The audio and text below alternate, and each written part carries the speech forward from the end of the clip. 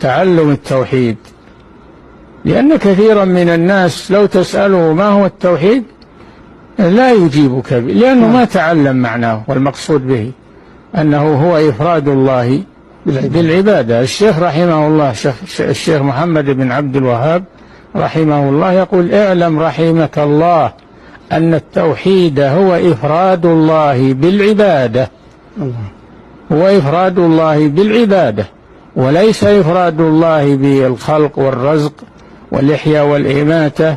هذا لا يكفي، هذا توحيد الربوبية، وهذا كانت الجاهلية يعتقدونه أيضا ويقرون به ويعترفون به، ولكنهم لما كانوا يعبدون مع الله غيره صاروا مشركين خالدين مخلدين في النار، إلا من تاب إلى الله منهم قبل الموت والتزم بعبادة الله.